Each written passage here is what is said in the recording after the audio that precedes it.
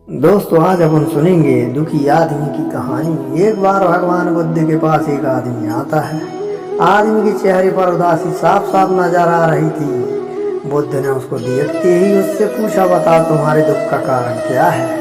आदमी बुद्ध के आगे हाथ जोड़ता है और कहता है, महात्मा जी, अपने जीवन से बिल्कुल निराश हो चुका हूँ। मेरे जीवन में कोई भी खुशी है ही नहीं। सोचता हूँ वह कभी होता ही नहीं। पढ़ाई कर रहा था तब सोचता था कि अच्छे से पढ़ाई करूँगा तो अच्छी नौकरी मिलेगी, ज़्यादा पैसा कमा कर माँ बाप के लिए घोड़ा गाड़ी खरीद लूँगा, अपने पत्नी और बच्चों को प्रवास कराऊंगा। लेकिन अच्छे से पढ़ लिख कर भी नौकरी मिली तो सही, लेकिन इतने पैसे नहीं मिलते जिससे यह सारी इच्छाएं पूरी कर सकूँ। जैसे तैसे सिर्फ खाने पीने का इंतजाम हो पाता है। काम पर जाना और घर पर आना, बस यही मेरी जिंदगी बन चुकी है। आदमी की बातें सुनकर बुद्ध उसको पास के बगीचे के नज़दीक लेकर गए। बुद्ध ने उस आदमी से कहा कि मैं तुम्हारी सारी समस्याओं का हल बता दूंगा, लेकिन उसके लिए तुम्हें मेरा एक कहा मानना होगा। आदमी ने कहा, वह हर बात मानेगा। तथागत उसे एक पास के फूलों के बगीचे के पास लेकर गए। बुद्ध ने आदमी से कहा कि तुम इस बगीचे में जाओ और तुम्हें जो सबसे सुंदर फूल नजर आए उसे मेरे लिए तोड़ कर लाओ।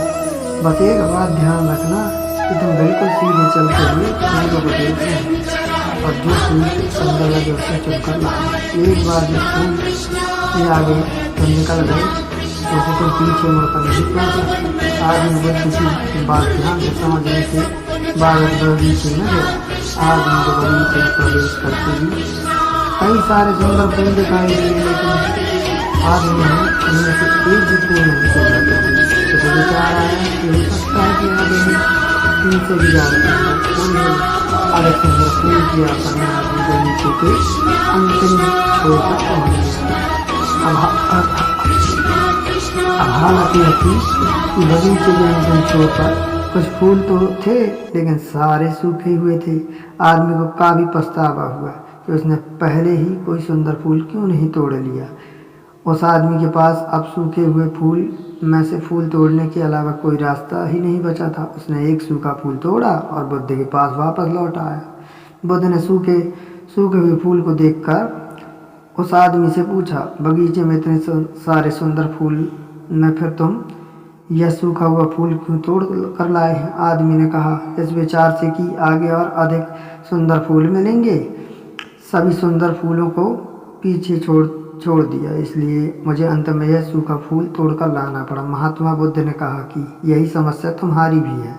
यह बगीचा तुम्हारे जीवन है और इसमें वह सभी तरह के फूल छोटी मोटी खुशियाँ हैं।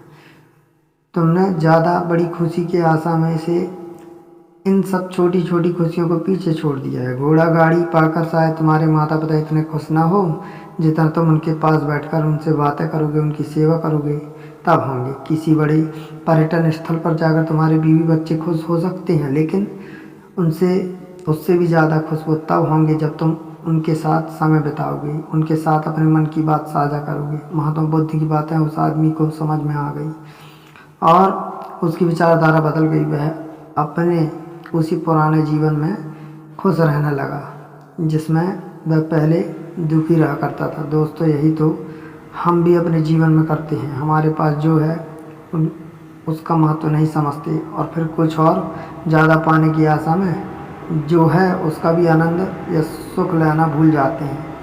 और जब समय बीत जाता है तो हमें लगता है कि हमारे जीवन में कुछ बचा ही नहीं। दोस्तों, ये कहानी बहुत रोचक थी। ऐसी ही दिलचस्प कहानी सुनने के लिए आप हमारे इस चैनल को लाइब्रेरी ऑफ स्टोरी को सब्सक्राइब करें और पास में बने बेल आइकन को प्रेस करें, ऑल पर भी क्लिक करें ताकि आपको नई वीडियो की अपडेट मिल सके। धन्यवाद।